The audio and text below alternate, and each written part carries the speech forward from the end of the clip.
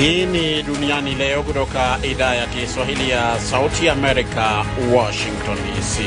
Rais wa Marekani Joe Biden anaendelea na ziara yake bara Ulaya kukutana na waziri mkuu wa Uingereza Boris Johnson. Nchi za Jumuiya ya Afrika Mashariki zasoma makadirio ya mapato na matumizi ya serikali ya mwaka wa 2021-2022. Na mataifa ya Afrika yatahadharishwa juu ya athari za wimbi la 3 la maambukizi ya corona, huku Marekani ikiahidi msaada wa mamilioni ya dozi za chanjo.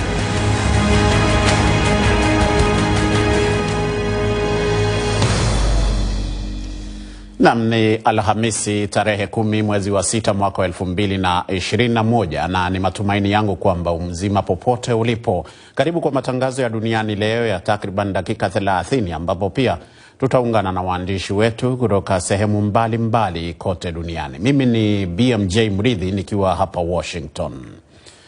Rais wa Marekani Joe Biden yuko nchini Uingereza kwa mazungumzo na waziri mkuu Boris Johnson. Imekuwa mara ya kwanza viongozi hao wawili kukutana ana kwa ana tangu kuingia mamlakani. Wawili hao wamezungumzia hali ya usafiri kati ya nchi zao, pia mkataba mpya wa Atlantic unaolenga kufufua kile kinachotajwa kama uhusiano maalum. Rais Biden pia ameongea na Boris kuhusu malumbano kati ya Umoja wa Ulaya na Uingereza na biashara baada ya Brexit huko Ireland ya Kaskazini. Uingereza ni kituo cha kwanza cha Bwana Biden katika safari yake ya siku 8 huko Ulaya, ambapo pia atakutana na Malkia Elizabeth wa pili kwenye kasri ya Windsor siku ya Jumapili. Mkutano wa viongozi wa G7 utaanza hapo kesho Ijumaa na utazingatia zaidi masuala ya chanjo ya COVID-19 na mabadiliko ya hali ya hewa. Khadija Riami anaisoma ripoti ya mwandishi wa VOA mjini London, Henry Ridgwell. Ndege za kivita za Uingereza zinafanya doria kwenye ukanda wa pwani wa Cornwall na maafisa wa polisi 6500 wamepelekwa huko, wakati Uingereza ikijitayarisha kwa mwenyeji wa viongozi wa Marekani, Ufaransa, Ujerumani, Italy, Japan na Canada. Mkutano wa G7 huko Cornwall ni ziara ya kwanza ya Rais Joe Biden nje ya nchi kama kiongozi wa Marekani. Baada ya miaka 4 ya uhusiano wenye mvutano na mataifa ya Ulaya chini ya utawala wa Rais Donald Trump, Biden amepokelewa kwa vizuri huko Ulaya, amesema mchambuzi Thomas Klein-Brockhoff. The attempt to rebuild trust. Swala la juhudi za kujenga tena uaminifu ambao umepotea liko juu kwenye ajenda ya washirika.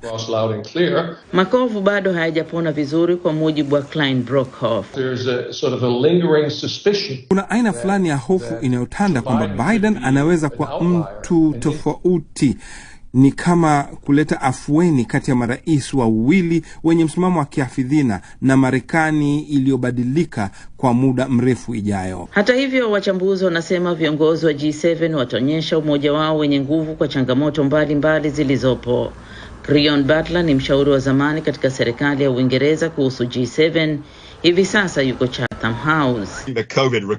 Kwa jumla, kufufua uchumi baada ya COVID ni ajenda ya juu. Unaweza kuona hivyo kwa njia ambayo Uingereza inayowasilisha kwenye mkutano. Mwenyeji wa mkutano Boris Johnson ameahidi kwamba G7 itasaidia kutoa chanjo dunia nzima ifikapo mwisho wa mwaka 2022.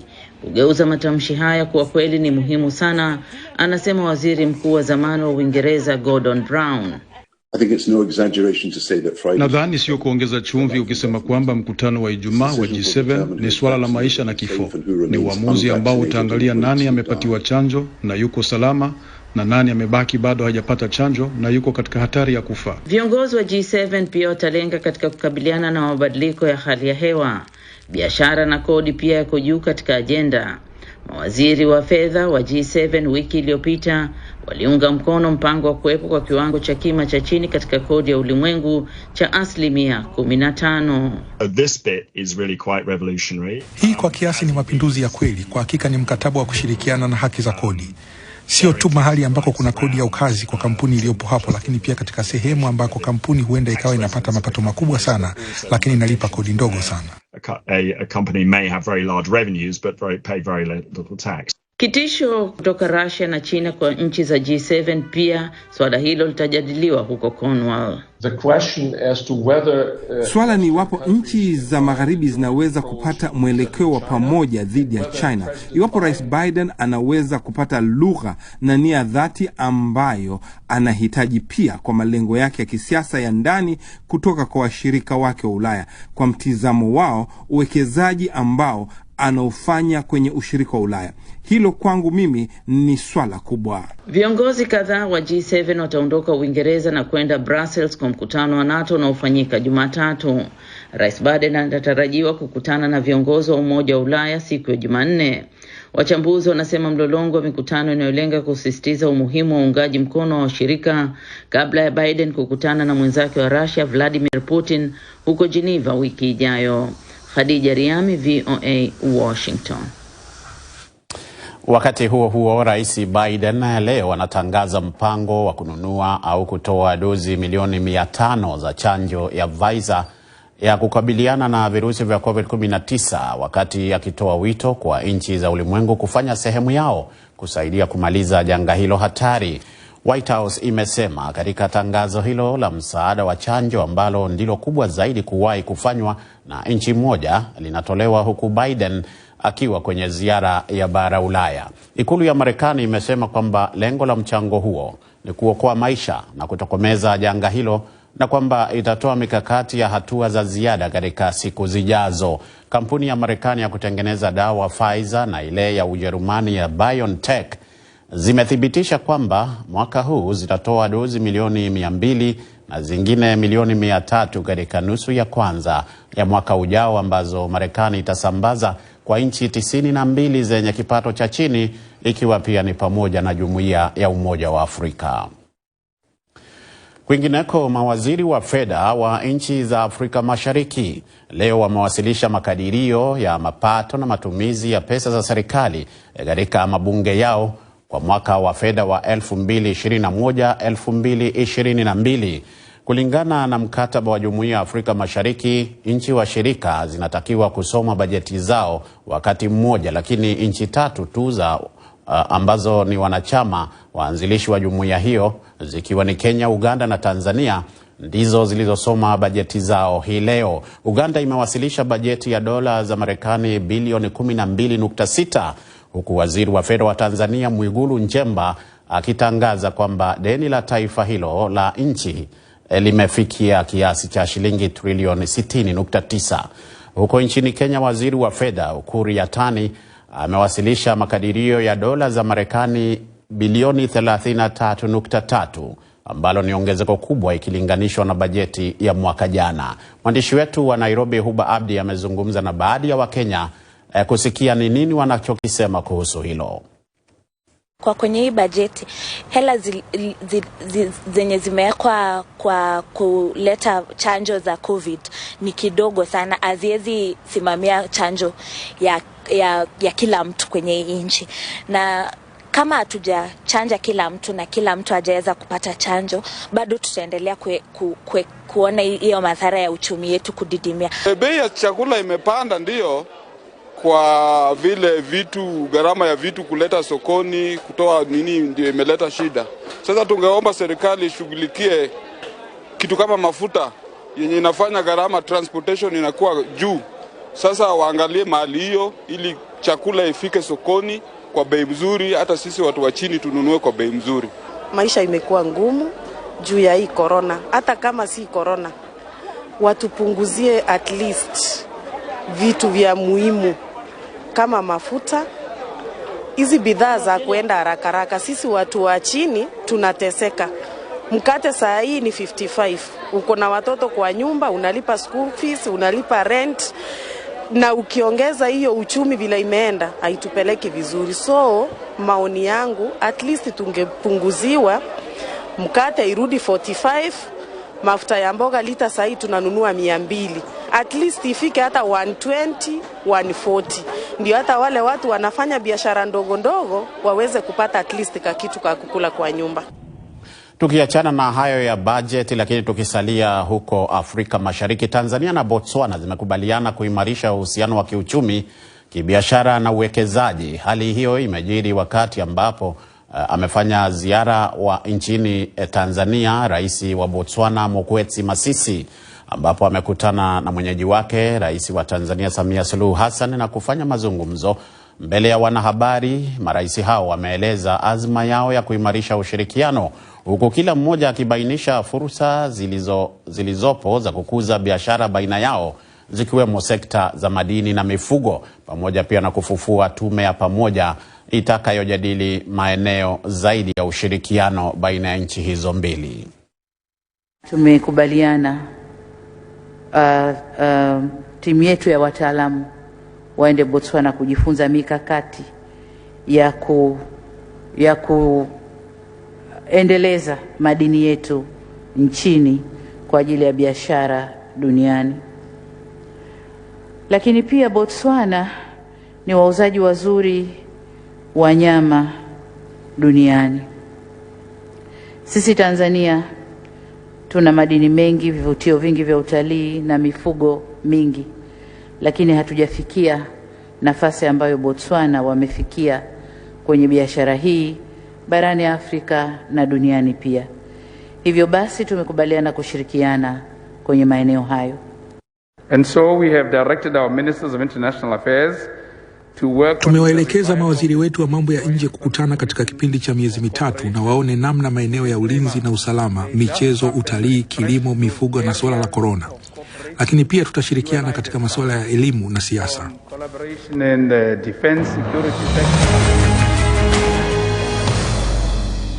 Waziri wa fedha wa Zimbabwe Mthuli Nkube amesema Zimbabwe inatarajia uchumi wake kukua kwa 7.8% mwaka huu baada ya kusinya kwa miaka miwili mfululizo licha ya kuwepo janga la COVID-19. Matarajio yake yapo juu ya IMF ambayo inabashiri uchumi kukua kwa 3.1%. Uchumi wa Zimbabwe umekuwa ukisuasua katika kipindi cha muongo mzima kutokana na mfumuko mkubwa wa bei na kwenda chini, lakini waziri huyo wa fedha ana matumaini kwamba utarejea katika hali nzuri. Janga la corona lilishambulia uchumi wa Zimbabwe pale ukuaji wa uchumi wake uliposhuka kwa 6% mwaka 2019, ambao uliathiriwa kidogo na kimbunga Idai na ukame mkubwa uliokumba kusini mwa Afrika. Mke wa kiongozi wa kundi la usafirishaji dawa za kulevya kutoka Mexico, El Chapo Guzman, Emma Coronel Aispuro, anatarajiwa kukubali mashtaka yake mjini Washington kutokana na shutuma za kumsaidia mumewe kuongoza genge la Sinaloa la walanguzi wa usafirishaji wa dawa za kulevya, kwa mujibu wa kumbukumbu za mahakama. Haikuwa wazi kuhusu ni mashtaka gani Coronel atakubali kuhusika katika mahakama itakayoendeshwa kwa njia ya mtandao mbele ya jaji wa mahakama ya Marekani Rodolfo Contreras. Mwanamke huyo mwenye umri wa miaka 31 alikamatwa Februari kwa shutuma kwamba alipeleka ujumbe kumsaidia Guzman kusafirisha dawa za kulevya kuanzia mwaka 2012 mpaka mwanzoni mwa 2014 na kuendelea kupeleka ujumbe wakati alipokuwa anamtembelea El Chapo alipokuwa anashikiliwa katika gereza la Mexico kufuatia kukamatwa kwake Februari 2014. Waendesha mashitaka pia wanasema alihusika kwa ukaribu kufanikisha El Chapo kutoroka gerezani Mexico mwaka 2015. Mkurugenzi wa shirika la afya duniani kwa upande wa Ulaya ameonya kwamba aina ya virusi vya corona vinavyoambukizwa kwa kasi kutoka India vinaweza kushambulia ukanda huo, wakati ambapo mataifa mengi yanatarajia kulegeza marufuku zilizowekwa na kuruhusu mikusanyiko na watu kusafiri. Wakati wa mkutano na wanahabari Alhamisi, mkurugenzi huyo wa WHO Ulaya, Dr. Hans Kluge, amesema kwamba aina hiyo ya virusi, ambapo vinajulikana pia kama Delta, vimeonyesha ishara ya kutodhoofishwa na chanjo na kuonya makundi mengi ya walio hatarini, hasa wale walio na umri wa kuanzia miaka 60 kutokuwa na ulinzi. Viongozi wa upinzani wa Nicaragua waliungana jana Jumatano kupinga hatua ya serikali ya Rais Daniel Ortega kuwakamata wanasiasa 4 mashuhuri wanaotarajiwa kugombania naye urais katika kipindi cha wiki moja. Upinzani umesema ukamataji huo ni wa hovyo, huku Wizara ya Fedha ya Marekani ikimwekea vikwazo binti wa Rais Ortega na maafisa wake wa ngazi ya juu. Walmart Gutierrez, mbunge ambaye anawakilisha chama cha Rais Ortega cha Sandinista, anasema kwamba watu ama taasisi za nje zisiingilie masuala ya Nicaragua. Anayetarajia kugombea kuwa mgombea urais Felix Maradiaga alikamatwa Jumanne baada ya kuitwa na ofisi ya mwanasheria mkuu kutoa taarifa ya uchaguzi kwa makosa dhidi ya serikali. Baadaye alikamatwa Juan Sebastian Chamorro anayetarajiwa pia kuwa mgombea urais, ambapo wiki iliyopita alishikiliwa mwanasiasa Cristiana Chamorro. Ninakukaribisha kutazama Maisha na Afya. Naitwa Mkamiti. Babu, hadithi nzuri. Hapo zamani za kale palikuwa na jabali mmoja tu. Jabali huyo aliweza kusafiri umbali mrefu hadi Uchina, na jabali huyo watu walimsifu sana kwa kuwa alikuwa ni mwaminifu, na hata ukimtuma kitu anakuletea kwa wakati, tena bila gharama kubwa. Je, unamjua aliitwa nani? Pana babu. Aliitwa JUNI Kwa kwenye makaburi ya jumla ndani na kuzunguka mji wa Hosen nchini Ethiopia imepatikana baada ya zaidi ya miezi 7 ya vita katika mkoa wa Tigray. Mwandishi wa VOA Heather Murdoch anaripoti kutoka Hosen. Wakazi wanahofia kwamba mapigano hayo yataendelea na watu wengi zaidi watauawa. Mkamiti Kibayasi anaisoma ripoti kamili. Makaburi ya jumla nchini Ethiopia katika mji wa Hosen yalikuwa na darzeni ya miili na mengine yalikuwa na miili michache tu. Wenyeji wanasema kiasi cha makaburi 20 kwa jumla yalikuwa na miili ambayo iligundulika mitaani katika mji baada ya mapambano kadhaa kutokea. Tukio la karibuni lilitokea wiki chache zilizopita. Letai Girmai ambaye ni mkazi wa Hosen anaelezea hali ilivyokuwa. Miili ilikuwa imelala ardhini kwa siku 7 au 8 na kulikuwa hakuna mtu wa kutusaidia kutupeleka kanisani. Kwa hiyo sisi wachache tulokuwepo tuliwazika. Miili ilikuwa inanuka sana, imeoza na kutoa mafunza. Wakazi wengi wa Hosen wamekimbia nyumba zao. Wengi wanaishi kwenye kambi zenye msongamano mkubwa bila chakula cha kutosha. Mji wenyewe umekuwa kama gofu. Familia zilizobaki zinasema hakuna njia ya kujikimu kimaisha.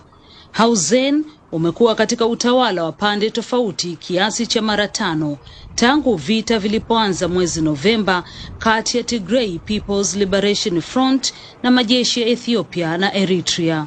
Wanajeshi wa Ethiopia hivi sasa wanadhibiti sehemu kubwa ya mkoa huo ikiwemo Hosen, lakini mapigano yanaendelea na wakazi wanahofia vita huenda vikazuka tena wakati wowote.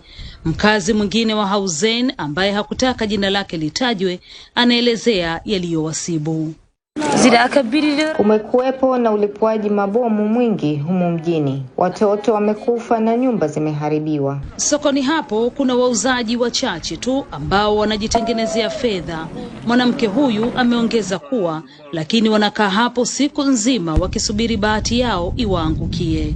Kwenye viunga vya Hosen, Letai Girmai anasema hatarajii sana bahati katika mji huu ambao umeharibiwa sana, huku wakazi wakiendelea kuzika raia waliouawa katika vita. Anasema miongoni mwa waliofariki ni watoto pamoja na wazee.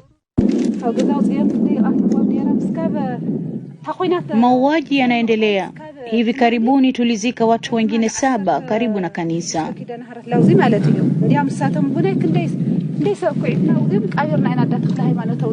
Vita hivi vimesababisha maelfu ya vifo na kuacha mamilioni ya watu wakiwa hawana makazi. Mjini Hosen, baadhi wanasema hawaogopi tena kwa sababu hawawezi kufikiria jambo lolote baya linaweza kutokea. Taarifa ya kuhuzunisha kweli kweli. Utakumbuka mtazamaji kwamba tumekuwa na ripoti kuhusu hali ya njaa katika eneo hilo hilo. Matumaini yetu kwamba wataendelea kutatua mzozo uliopo. Tuangalie kwingineko. Mkurugenzi wa kituo cha kudhibiti na kuzuia magonjwa barani Afrika, Dr. John Nkengasong, ameonya hii leo kwamba mataifa ya Afrika yanakumbwa na wimbi la 3 la maambukizi ya virusi vya korona. Wakati akizungumza kwenye mkutano wa CDC Africa kwa njia ya mtandao mjini Addis Ababa, mkuu huyo amesisitiza juu ya haja ya kuimarisha masharti ya kuzuia maambukizi hayo, ikiwa ni pamoja na kutokaribiana, kuvaa barakoa na pia kuepukana na mikusanyiko mikubwa. Mwenzangu Abdu Shakur Abud anasimulia zaidi. We should celebrate any... Dr. Nkengaso amepongeza tangazo la Marekani lilotolewa hii leo na Rais Joe Biden akiwa Uingereza kabla ya kuhudhuria mkutano wa mataifa tajiri duniani G7.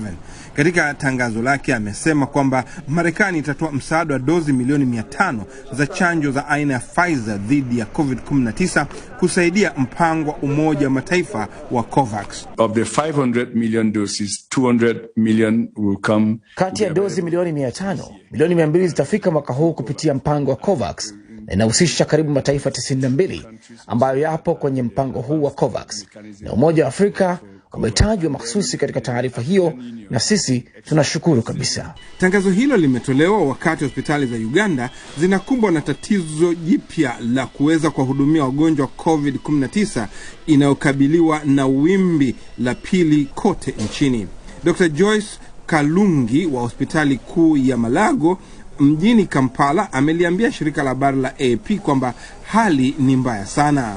We are officially having what would refer to as a second tunakumbwa rasmi hivi sasa na kile tunafahamu kama wimbi la pili la COVID. Hivyo tunawalaza wagonjwa wengi walio katika hali mahututi. Cha kwanza kabisa, kiwango cha wagonjwa tunaoandikisha kila siku kinaongezeka sana. Ninadhani kwa wiki iliyopita, ikiwa takwimu ni sawa, karibu wagonjwa 1000 wamepimwa na kupatikana na ugonjwa huo. Msemaji wa Wizara ya Afya ya Uganda, Emmanuel Ainibonya, amesema hadi tarehe 5 Juni, Uganda imekuwa na wagonjwa 55,000 na 392 wamefariki na 47,000 wamepona. The demand for the vaccine has more than doubled. Mahitaji ya chanjo yameongezeka zaidi ya maradufu kufuatia kuongezeka kwa wagonjwa wanaoripotiwa. Na tatizo ni kwamba karibu tumalize dozi 947,000 tulizopewa kutoka COVAX na dozi 100,000 kutoka serikali ya India. Anasema kitu anachoshuhudia hivi sasa na ni tatizo ni kwamba watu wengi wanataka kupata chanjo pale wamekaribia kumaliza chanjo waliokuwa nayo. Hivyo tangazo la msaada wa Marekani huenda ikaleta afueni kwa nchi nyingi za Afrika, wanasema wataalamu wa afya barani humo. Kutokana na kuongezeka kwa maambukizo huko Uganda, Rais Yoweri Museveni ametangaza tena utekelezaji wa masharti mapya ya usafiri ndani ya nchi, na maafisa wa afya wametaka chanjo zilizopelekwa maeneo ya mashambani ambazo hazijatumiwa bado zirudishwe katika miji mikubwa inayokabiliwa na ongezeko kubwa la wagonjwa. Abdu Shakur Abud, Sauti ya Amerika. Shukran sana Abdu Shakur Abud kwa ripoti hiyo. Tuangalie hali ya watoto. Umoja wa Mataifa unasema kwamba ajira ya watoto imeongezeka na kufikia milioni 160 kote duniani, ambapo ni mara ya kwanza kwa idadi hiyo kupanda ndani ya kipindi cha miongo miwili.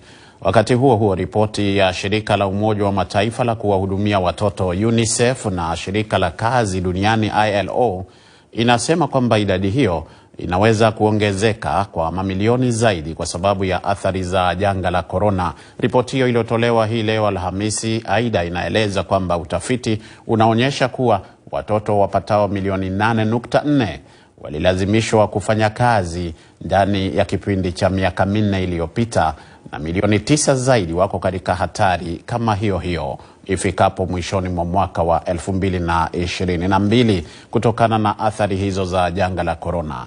Ongezeko la idadi ya watu katika nchi za kusini mwa jangwa la Sahara katika bara la Afrika, umaskini uliokithiri na ukosefu wa mipango ya kulinda jamii ni kati ya yale yaliyopelekea zaidi ya milioni au watoto milioni 16.6 kuingia katika ajira ndani ya miaka 4 pekee.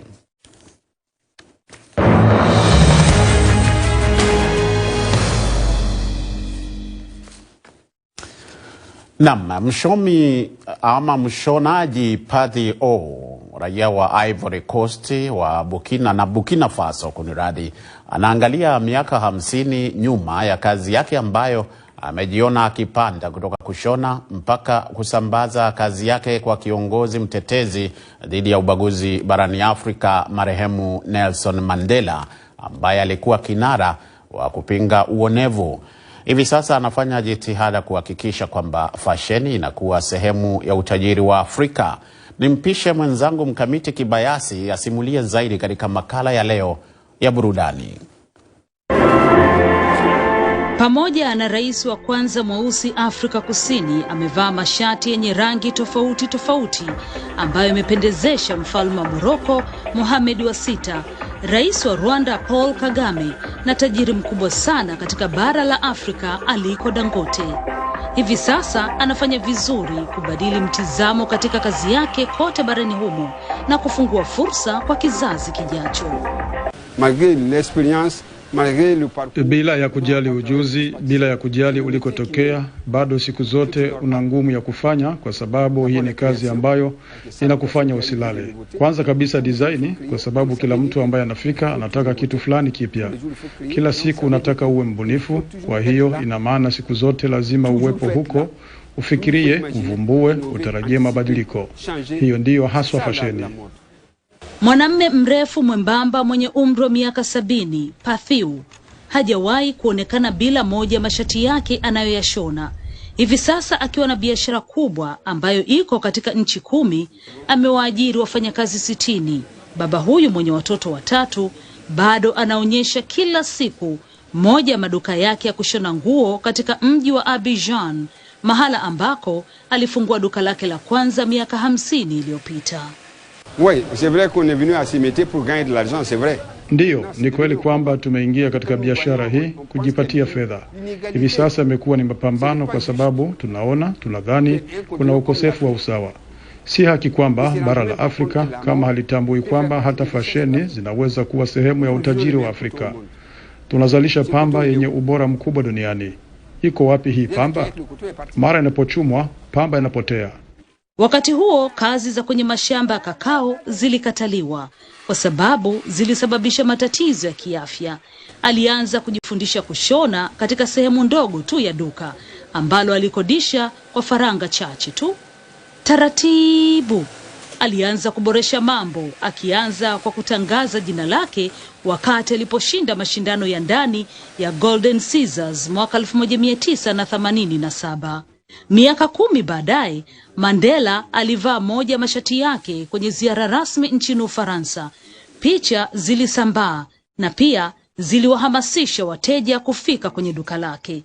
Ilikuwa ni fursa kubwa sana kwa mwanamume huyu aliyezaliwa wakati wa enzi za utawala wa kikoloni wa Ufaransa huko Upper Volta, ambayo baadaye ilijulikana kama Burkina Faso. Pathiu mwenyewe anapanga kuweka biashara zake ziwe na mafanikio makubwa sana kutambulika kimataifa kwa kile ambacho anakiita mapambano ili kupata heshima katika sekta ya fasheni barani Afrika. Anaiona kama sekta ya kiuchumi ambayo huenda ikasaidia kwenye njia ya kuleta maendeleo makubwa barani humo. Yeye Pathiu ni kiongozi wa fasheni Afrika na alitaka kuja na kuonyesha shukrani zake kwa kazi hii ambayo imechaguliwa na ambao anaendelea kuturidhisha sisi wanawake.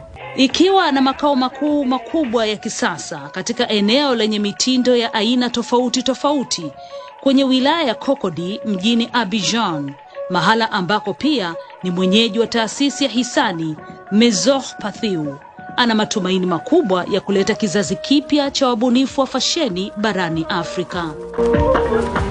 Usiku mwema. We're bringing women's voices to the conversation, and more than that, we're building a community of inclusion and empowerment. Here in Kinshasa, campaigns to raise awareness against the spread of coronavirus are common, but getting that information to people who have no access to water, electricity, or money can be a challenge. We are here at Kalerwe Market, Uganda, Kampala, where in this whole market, women are crying out for their situations to change. For women, it will be better for us. I think a big thing for me is just being able to say that when these protests are happening, does it turn around into policy? Our kids are raped every single day. This this movement got the governments to listen. It really was powerful because it showed what is possible when men and women band together and say enough is enough. It's not necessary anymore to climb on a car. I can be in any place to cheer with.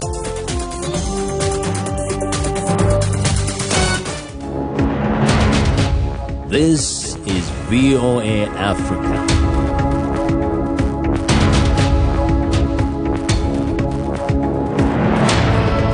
Hello, I'm Esther Gido-Yuat. It's Thursday, June 10th. Welcome to Africa 54. We continue to work remotely because of the COVID-19 pandemic. But what hasn't changed is our commitment to bringing you the latest and most important news from the African continent and around the world. Here is today's Africa 54. Some 200 bodies are buried in shallow graves in and around the town of Hauzen, Ethiopia, after more than 7 months of war in the Tigray region. As VOA's Heather Murdoch reports from Hauzen, residents fear the fighting will continue and more people will be killed. Some mass graves in the Ethiopian town of Hauzen hold dozens of bodies. Some hold only a few. Locals say there are about 20 graves in all, containing bodies that were found in the streets of the town after multiple battles. The most recent happened just a few weeks ago.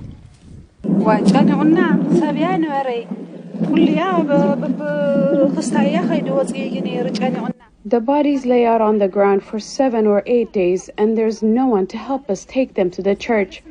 So a few of us buried them. They smelled bad, rotting and attracting maggots. Most Hauzen residents have fled their homes, many to live in crowded camps without enough food. The town itself is in ruins. The families who remain say there is almost no way to make a living. Hauzen has changed hands about 5 times since the war began in November between the Tigrayan People's Liberation Front and Ethiopian and Eritrean forces. Ethiopian troops now control most of the region, including Hauzen. But fighting continues, and residents fear war could break out at any moment. There have been so many bombings in this town. Children have died, and houses are destroyed. In the market, few sellers make any money these days, the woman adds, but they sit there all day, hoping for luck. On the outskirts of Hauzen, Lete Gourmet says she doesn't expect much luck in this beleaguered town, as residents continue to bury civilians killed in war. She says among the dead are children and the elderly.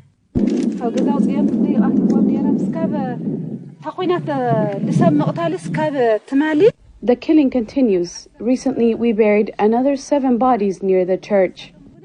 This war has claimed thousands of lives and left millions of people displaced. Here in Hauzen, some say they are no longer afraid because they cannot imagine anything worse could happen. Heather Murdoch, VOA News, Hauzen, Ethiopia. The United States is providing more than $181 million to deliver food, water, and aid to feed more than 3 million people it says are facing famine in the Tigray region of Ethiopia. The aid provided through the U.S. Agency for International Development is expected to provide enough food to feed 3 million people for nearly 2 months, as well as seeds, tools, and fertilizers to help farmers replant crops, according to a statement from the USAID. The agency says it is also providing safe spaces and psychological support for women and girls, as well as case management for survivors of gender-based violence. Heavy flooding has washed away soil in an agricultural area of Ethiopia's Amhara state, but members of the community are fighting back with a simple solution. David Doyle explains. In the highlands of Ethiopia, Terefe Tsaga and dozens of other construction workers are loading rocks into wire cages. They're called gabions, and for farmers here they could be a vital weapon against the effects of climate change. This work is about maintaining the gullies. First we collect and prepare the stones. Then we dig into the ground, and then we put in the gabions. This is an area of Ethiopia's northern Amhara state that used to be covered in farms. But heavy flooding has washed away the soil, leaving farmers with less food to sell or feed to their families. The gullies are part of an irrigation system that directs the rainwater and trapped soil. The benefit of our work for this community is that we're helping to save the environment from soil erosion, and the youth from the community are getting employment and earning income to cover expenses. TAARIFA is employed by the Rural Poor Stimulus Facility. It was set up by the International Fund for Agricultural Development to support rural communities hit by the global health crisis. For TAARIFA, it's meant being able to help his community. But he says the money that he's earned has also changed his life, allowing him to buy sheep, chickens and clothes for his children. That was David Doyle of Reuters reporting. In a recent interview with VOA, the U.S. ambassador to Nigeria, Mary Beth Leonard, spoke on a wide range of issues, including insecurity and ethnic violence. Our segment today covers Ambassador Leonard's perspective on how the U.S. views the agitation for independence for the state of Biafra, as well as demands by other groups.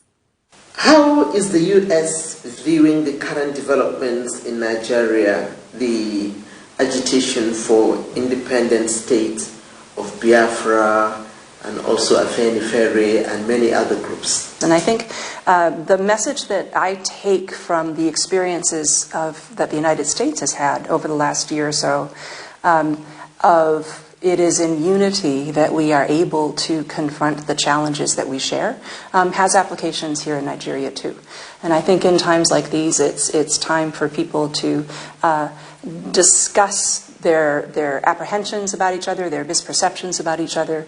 And we believe very firmly that conversations about equality of opportunity or equality of access to resources or of the elements of government is actually something that belongs in a political realm within constitutional processes. And we hope that Nigerians will move forward in that spirit. That was U.S. Ambassador to Nigeria, Mary Beth Leonard, speaking to VOA's Medina Dauda in Abuja, Nigeria.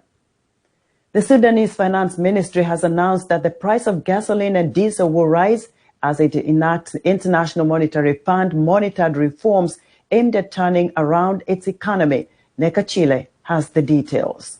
Sudan fully ended subsidies on gasoline and diesel on Tuesday, the Finance Ministry has said, in a move that has roughly doubled prices. The cash-strapped country has been implementing aggressive IMF-monitored reforms. Thus, as it attempts to emerge from the economic decline under ousted President Omar al-Bashir and attract up to relieve and renewed financing. But the population has been burdened with the cost. Annual inflation climbed to 363% in April, and there have been shortages of bread, fuel and medicines. The Finance Ministry said the price of gasoline will rise from 150 Sudanese pounds per litre, or around a third of a US dollar, to 290 pounds. Diesel will rise from 125 pounds to 285 pounds. Those prices, the ministry said, were in line with import costs. Fuel subsidies cost Sudan $1 billion a year, and according to the authorities, benefited the middle and upper classes, rather than those with the lower incomes. Nekachile of Reuters filed that report. A private game reserve in South Africa is collaborating on a project to rescue trafficked pangolins, a scaly mammal that is one of the most trafficked species in the world. Romain Chanson has the story from the southeast province of KwaZulu-Natal in this report narrated by Carol Gunsberg. Ecological monitor Charlie DeVos is trying to locate a pangolin. Okay. Holding an antenna, she is searching for a signal from a transmitter attached to the small, scaly mammal. So she's right there for us. This female pangolin is hunting an ant colony. Last October, she had been hunted, found in a car trunk in a police operation that saved her from likely illegal export. Pangolins are coveted in East Asia for their meat and especially for their scales, which are used in traditional medicines. This particular pangolin seems to be in good health.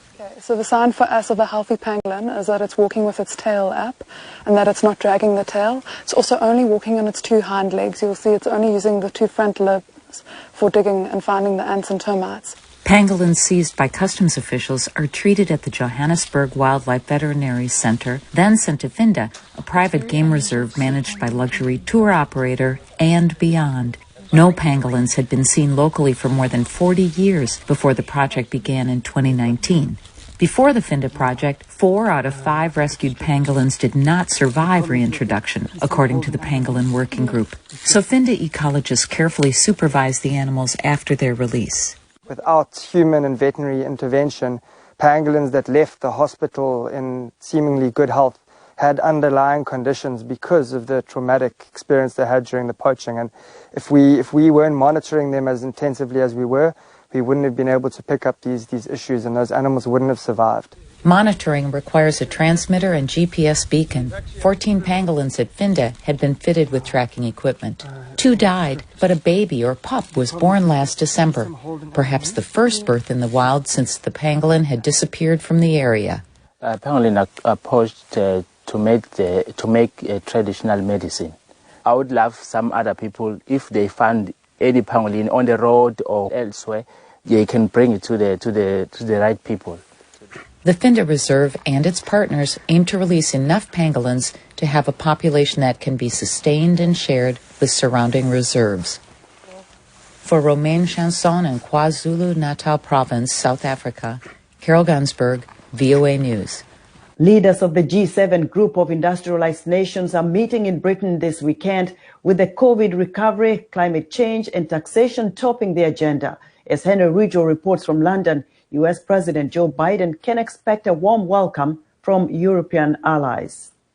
British warships are patrolling the coastline of Cornwall, while 6,500 police officers have been deployed as Britain prepares to host the leaders of the United States, France, Germany, Italy, Japan and Canada. The G7 summit in Cornwall marks Joe Biden's first overseas trip as US president. After 4 years of troubled transatlantic relations under former President Donald Trump, Biden will receive a warm welcome in Europe, says analyst Thomas Kleiner-Brockhoff. The attempt to rebuild trust, lost trust with allies, is at the heart of the agenda, and that message comes across loud and clear. The scars have not fully healed, according to Kleiner-Brockhoff. There's a sort of a lingering suspicion that Joe Biden could be an outlier, an intermezzo between two nationalist presidencies, an America that has changed for the long haul. Nonetheless, analysts say the G7 leaders will put on a strong show of unity amid numerous challenges. Creon Butler is a former British government advisor on the G7, now at Chatham House. The COVID recovery generally is the top item, and you can see that, in the way that the UK is presenting the summit. Summit host Boris Johnson has pledged that the G7 will help to vaccinate the whole world by the end of 2022. Turning this rhetoric into reality is vital, says former British Prime Minister Gordon Brown. I think it's no exaggeration to say that Friday's G7 is a life and death matter. Its decisions will determine who is vaccinated and safe and who remains unvaccinated and at risk of dying. G7 leaders will also focus on tackling climate change. Trade and taxation too are high on the agenda. G7 finance ministers last week backed a plan for a minimum global tax rate of 15%.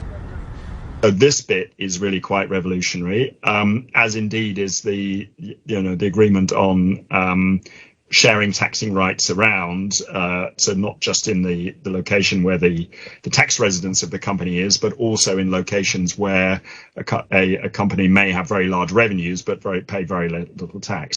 The threat from Russia and China to G7 democracies will also be discussed in Cornwall. The question as to whether Western countries can find a joint approach vis-à-vis China, and whether President Biden can get the language and the commitment that he needs for also his domestic political purposes out of its European allies to make it worthwhile, in their view, the investment that he makes into the European alliances. That to me is the big question. Several of the G7 leaders will go straight from Britain to Brussels for a NATO summit next Monday. President Biden is due to meet European Union leaders Tuesday. Analysts say the sequence of meetings is aimed at underscoring allies' support ahead of Biden's summit with his Russian counterpart, Vladimir Putin, in Geneva next Wednesday. Henry Ridgewell for VOA News, London. The White House says U.S. President Joe Biden is planning to buy and donate 500 million doses of the Pfizer coronavirus vaccine to more than 90 countries. The announcement of the vaccine donation, the largest ever by a single country, comes as President Biden meets with leaders of the other group of 7 advanced economies, Britain, Canada, France, Germany, Italy, and Japan, in Cornwall, England. U.S. drug maker Pfizer and its German partner BioNTech confirmed they will provide 200 million doses in 2021 and 300 million doses in the first half of 2022, which the United States will distribute to 92 lower-income countries and the African Union. Coming up, a stern message to world leaders as Facebook bans former President Donald Trump. We'll be right back. Health, wellness, sport, beauty, medical breakthroughs. Healthy Living cares about your well-being. What are the main health concerns in Africa and around the world? Find out the latest on coronavirus.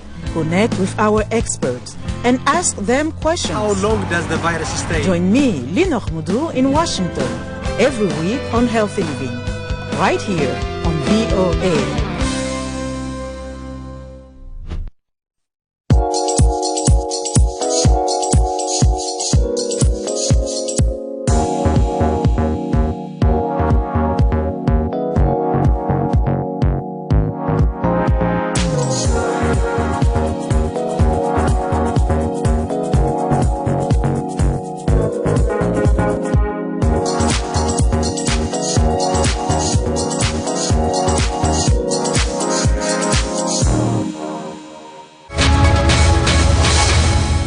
Welcome back to Africa 54.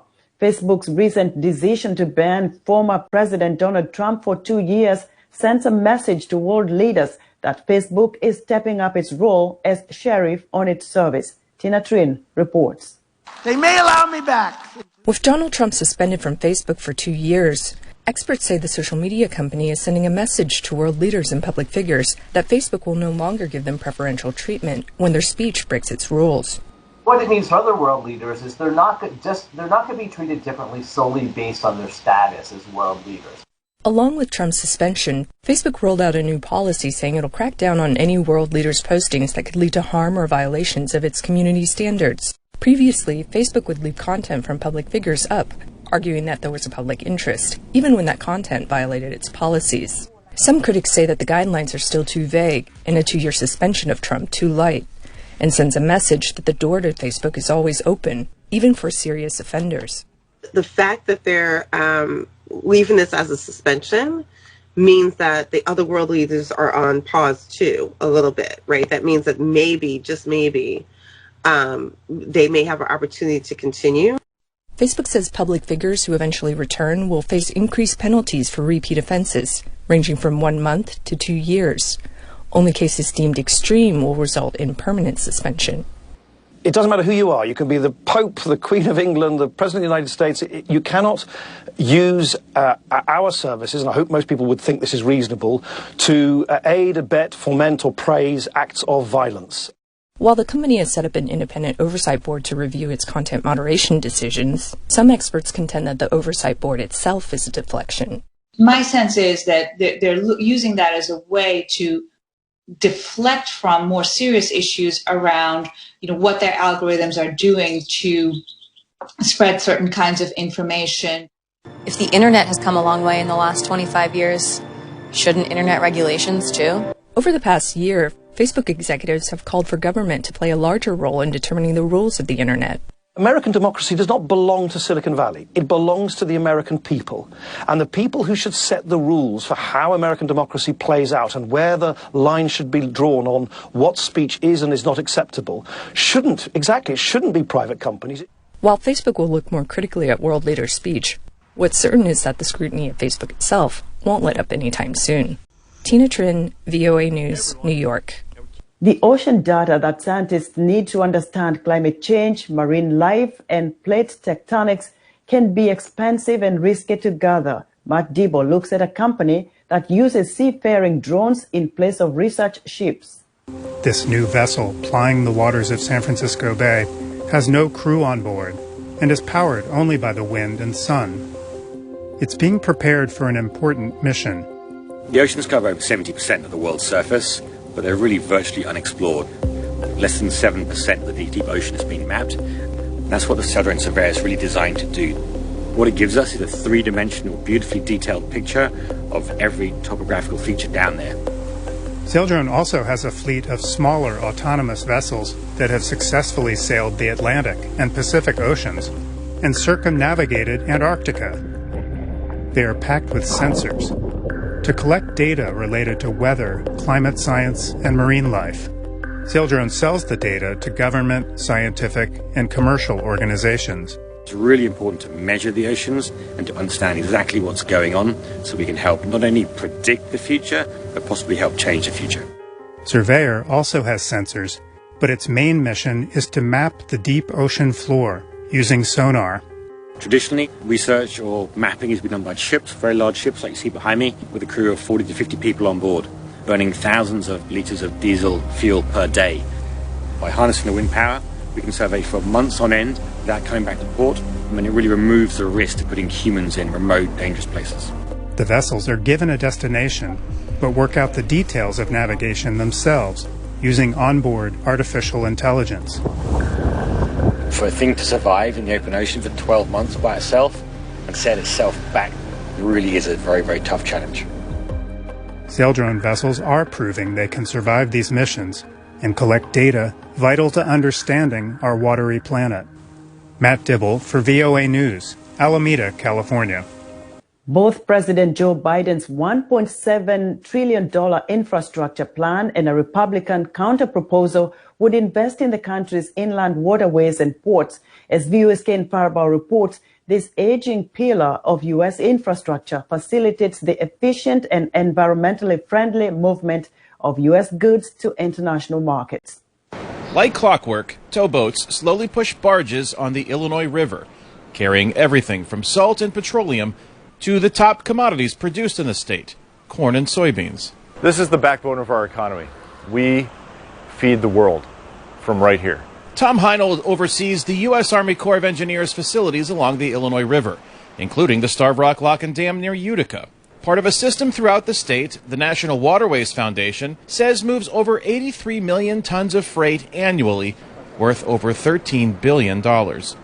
Using barges to transport goods on the rivers is efficient and environmentally friendly, reducing the need to use petroleum-guzzling trucks.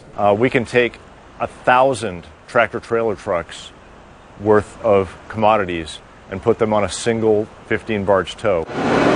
But the locks, which rise and fall to allow barges to navigate at a consistent depth of the river, were built nearly a century ago and are showing their age. It is literally in places crumbling. You can see the concrete right in front of you deteriorating. On the vertical walls, you can see the corner armor rusting.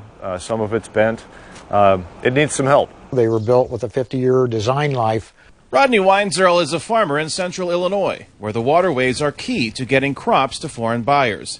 He also serves as the executive director of the Illinois Corn Growers Association, which advocates for improving the country's inland waterway system. Exports are very important to Illinois and the U.S., and infrastructure is what keeps us competitive with foreign competition. But Weinzierl says since most taxpayers rarely engage with this part of the country's infrastructure, the waterways often get overlooked. So the public just never really sees it. So it's much lower on the list of awareness of infrastructure that's really helped make our nation what it is today. It needs some help to be reliable and safe. 001. Previous funding allowed Heinold to oversee some upgrades to the Starved Rock Lock and Dam in 2020, which closed the river to all traffic for several months. But Heinold says more work is needed up and down the system, and Weinzierl understands it isn't cheap. Each one of these projects are several $100 million. Which is why he hopes enough money is allocated to perform upgrades to 2 locks along the Illinois River in the greatest need of repair. These are long-term investments. Heinold says he already has a list of what he would do with an infusion of funding. It's not that we have it spent before it gets here, but we know exactly what our capabilities are and where the funding needs to go. President Biden's infrastructure plan would dedicate $17 billion to improve waterways, ports, and airports. A Senate Republican counteroffer also proposes spending billions to upgrade waterways. Efforts to advance legislation both parties can support continues in Washington. Kane Fairbaugh, VOA News, Utica, Illinois. Some veteran Hollywood actors say a law intended to help gig economy workers has the unintended consequence of threatening nonprofit theaters. Mike O'Sullivan has the story from Los Angeles. Actor Edward James Olmos was among the performers who showed up at a recent event supporting live local theaters, such as this one in the Los Angeles immigrant neighborhood of Boyle Heights. The theater's founder, Mexico-born Josefina Lopez, wrote the play and co-wrote the screenplay for the 2002 film Real Women Have Curves, about the struggles of immigrant women. I've been in Hollywood for over 30 years, and it's been so hard to get Latino stories because they just want to do the narco stories. We're just the bad guys in a white man's story. And so I decided to open my own theater so that I could produce my plays. But small theaters' tiny budgets are being strained. These actors say many of those who work in the nonprofit venues are volunteers, but are included under a new state law that gives gig economy workers, such as Uber and Lyft drivers, a guaranteed minimum income. But there's no way we can do that. And if we have to treat every actor like an employee, maybe we can do one show a year and that's it. A bill making its way through the California legislature would offer a lifeline, say its proponents, by creating a state-administered payroll system and offering grants to small nonprofit performance groups.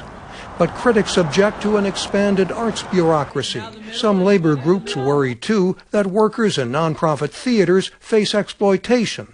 But the bill has many supporters, including Hollywood veteran Edward James Olmos. I mean, it's like anything else. You have to have a training ground, and the kids deserve it. Success in show business usually comes after many years. Another Hollywood star, Danny Glover, recalls performing in a small theater with 10 people on stage and just 5 in the audience.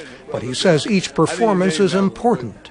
We're going to need all the art we can, all the insight we can, all the story we can. Glover co-founded a small Los Angeles theater to highlight the black experience and says theaters like that need help. A Hollywood colleague agrees, saying small theaters teach people to appreciate each other. It's really important that we learn empathy, that we learn how to be with other people, that we learn to understand who they are and have them understand who we are, so that we can keep this extraordinary thing called democracy intact. Mike O'Sullivan, VOA News, Los Angeles.